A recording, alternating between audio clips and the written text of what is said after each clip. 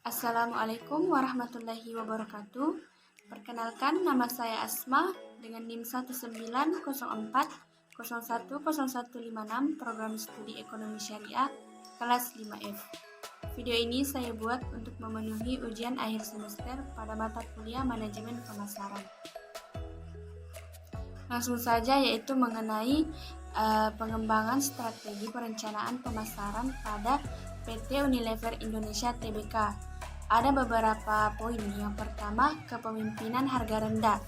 Dengan menjaga harga yang rendah dan rak-rak diisi dengan baik menggunakan sistem pengisian kembali, persediaan yang melegenda atau Walmart menjadi pemimpin bisnis secara eceran di Amerika Serikat. Sistem mini Walmart mengirimkan pesan atas barang dagang baru secara langsung kepada pemasok ketika pelanggan membayar pembelian mereka pada kasir. Terminal titik penjualan mencatat kode barang setiap barang yang melewati kasir dan mengirimkan transaksi pembelian langsung kepada komputer pusat Walmart. Yang kedua, diferensiasi produk. Produk Unilever terus memperkenalkan kemasan-kemasan yang terbaru, tetapi Unilever tetap mempertahankan kualitas produknya, baik itu kemasan yang botol, kecap, saset, botol kecil, dan banyak lagi kemasannya. Yang ketiga, berfokus pada peluang pasar. Produk Unilever menggunakan sistem informasi pelanggan yang beda dengan yang lain, atau produk yang masuk ke dalam pasar dengan cara mempromosikan barang-barangnya dengan cara terjun langsung ke masyarakat dengan bukti-bukti kualitas secara real. Misalnya diadakan perlombaan-perlombaan kepada masyarakat perbandingan antara produk Unilever dengan produk-produk pesaing lainnya. Yang keempat, menguatkan keakraban pelanggan dan pemasok dalam PT Unilever Indonesia. Produk yang dilakukan paling banyak melalui media elektronik. Namun dalam kehidupan sehari-hari, promosi yang dilakukan PT Unilever Indonesia tidak hanya lewat media elektronik, tetapi banyak juga melalui media cetak, sponsor, mengadakan event-event yang memasukkan produk-produk dari PT Unilever, seperti kecap Bango, Pepsodent, sampo, dan lain-lain sebagainya. Selain melalui iklan elektronik, proses pemasaran yang dilakukan oleh Unilever juga menggunakan berbagai cara, diantaranya berbagai program pemasaran yang dapat menarik perhatian pelanggan. Kupon belanja gratis produk Unilever adalah salah satu cara promosi yang dilakukan oleh Unilever. Selain itu, diskon-diskon yang diberikan juga banyak menarik perhatian pelanggan yang berasal dari kalangan masyarakat menengah bawah. Selanjutnya yaitu bagaimana menangkap pemahaman atau gagasan pemasaran dari PT Unilever Indonesia Tbk. Gagasan yang digunakan perusahaan khususnya di bidang elektronik informasi untuk meningkatkan efisiensi perusahaan PT Unilever menjalankan komunikasi pasar terpadu atau Integrated Marketing Communication atau IMC. Gagasan ini merupakan upaya perusahaan untuk memadukan dan mengkoordinasikan semua saluran komunikasi untuk menyampaikan pesannya secara jelas, konsisten, dan berpengaruh kuat tentang organisasi-organisasi produk. IMC atau menurut buku Advertising Management adalah sebuah konsep dari perencanaan komunikasi pemasaran yang memperkenalkan nilai tambah dari rencana komprehensif yang mengevaluasi peran strategis dari berbagai disiplin komunikasi, misalnya periklanan umum, respon langsung, sales promotion, dan PR, dan mengombinasikan disiplin-disiplin untuk memberikan kejelasan, konsistensi, dampak komunikasi yang maksimal. Maksudnya adalah walaupun elemen komunikasi pemasaran yang digunakan itu berbeda-beda dalam meraih konsumen, namun semua itu harus dikoordinasikan dengan cara yang tepat oleh berbagai organisasi dan agensi yang bekerja pada elemen-elemen yang berbeda tersebut.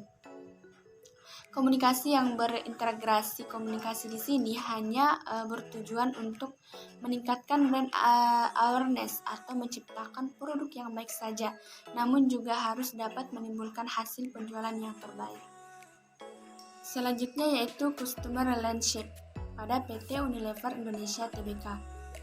Customer Relationship adalah manajemen yang berhubungan antara perusahaan dengan pelanggan, sehingga keduanya akan menerima nilai maksimum dari hubungan tersebut.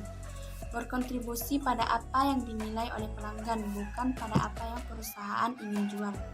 Sasaran utama dari customer relationship adalah untuk meningkatkan pertumbuhan jangka panjang dan profitabilitas perusahaan melalui pengertian yang baik terhadap kebiasaan pelanggan. Peningkatan profit perusahaan meningkatkan pertumbuhan jangka panjang perusahaan.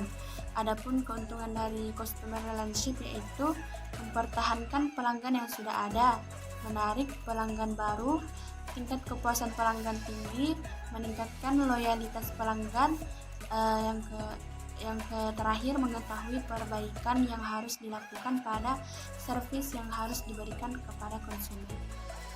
Selanjutnya yaitu membangun merek yang kuat pada PT Unilever Indonesia Tbk. PT Unilever Indonesia atau UNVR sudah mempersiapkan strategi jangka panjang untuk menjaga pertumbuhan bisnis yang konsisten, kompetitif, menguntungkan, dan bertanggung jawab. Meski menghadapi dampak pandemi COVID-19 yang berkepanjangan, Unilever mencatatkan penjualan bersih sebesar 20,2 triliun dan laba bersih sebesar 3 triliun pada tahun berjalan Juli 2021. Daya beli konsumen yang masih terdampak pandemi dan kenaikan harga komoditas yang mempengaruhi biaya produk merupakan bagian dari berbagai macam tantangan yang harus dihadapi Unilever. Unilever juga memanfaatkan kesempatan yang muncul di beberapa kategori seperti makanan yang menjadi salah satu penopang utama pertumbuhan, yang kategorinya ada 5 strategi prioritas yang dilakukan perusahaan. Pertama, mendorong pertumbuhan pasar melalui stimulasi konsumsi konsumen. Kedua, memperluas dan memperkaya portofolio ke value segmen dan premium segmen. Ketiga, menjadi yang terdepan dalam hal eksekusi termasuk kanal dan inovasi. Keempat, penerapan e-marketing di semua lini termasuk penjualan operasional dan pengelolaan data. Kelima, tetap menjadi yang terdepan dalam penerapan bisnis yang berkelanjutan. Selanjutnya yaitu membentuk penawaran pasar pada PT Unilever Indonesia Tbk. Ada beberapa bagian dalam pembentukan pasar. Yang pertama, customer. Kita dapat melihat pengaruh selera masyarakat terhadap produk yang dihasilkan oleh PT Unilever Indonesia. Produk Unilever sangat banyak diminati di kalangan masyarakat. Yang kedua, distributor atau penyaluran. Melihat begitu pentingnya peranan distributor dalam penyebaran produk yang dihasilkan PT Unilever, membentuk dan menjalin jaringan distribusi yang sangat baik atau versi majalah Business Week. Salah satu caranya, PT Unilever Indonesia mengeluarkan program promosi bagi para distributor yang membuat display atau tampilan dari produk Unilever yang di tempatnya berdagang. Penjualan yang membuat display yang baik terhadap produk Unilever akan diberikan hadiah berupa uang tunai. Penerapan dari hal ini dapat kita lihat dengan jelas dalam produk Sunsilk yang termasuk dalam produk yang dihasilkan PT Unilever Indonesia. Yang ketiga, unions atau kemitraan. Pepsodent sebagai salah satu produk yang dikeluarkan oleh PT Unilever Indonesia menjalin kerjasama dengan Persatuan Dokter Gigi Indonesia. Jalinan kemitraan antara Pepsodent dengan PDGI memberikan pengaruh pada Pepsodent dalam hal kualitas produk dan kemasan produk. Dalam hal kualitas produk, PDGI memberi input kepada Pepsodent tentang karakteristik kualitas produk yang baik. Yang keempat, kompetitor atau pesaing. PT Unilever Indonesia mengeluarkan sebuah produk sabun mandi yang khusus pada jenis sabun mandi kesehatan. Produk tersebut diberi nama Lifebuoy. Di pasar, tidak hanya PT Unilever Indonesia saja yang menghasilkan produk sabun mandi kesehatan. Yang kelima, event atau pemerintahan. PT Unilever Indonesia melahirkan Tration sebagai bagian dari program Green and Clean. Di dalam program ini, PT Unilever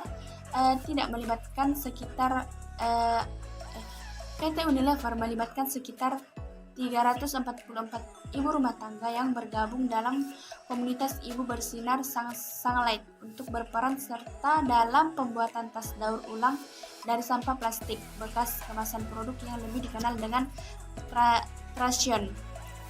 Yang kelima, suppliers atau pasokan. Salah satu produk teh dari PT Unilever yaitu Sariwangi baru saja meluncurkan produk terbarunya yaitu Sariwangi Gold Selection. Produk ini adalah produk yang memenuhi keinginan para pelanggan premium. Untuk produk terbarunya yaitu PT Unilever Indonesia mencari supply line di mana pasokan bahan bakunya memiliki karakteristik yang sesuai dengan karakteristik produk terbarunya tersebut. Selanjutnya menghantarkan nilai pada PT Unilever Indonesia Tbk. Sistem pengiriman nilai atau value derivative system mencakup semua pihak yang mengembangkan atau memproduksi atau menyerahkan dan menjual serta melayani barang dan jasa tertentu. Dengan kata lain, sistem ini terdiri dari rantai nilai perusahaan dan pemasokannya, distributor dan akhirnya pelanggannya, yang bekerja sama untuk memberikan nilai kepada pelanggan.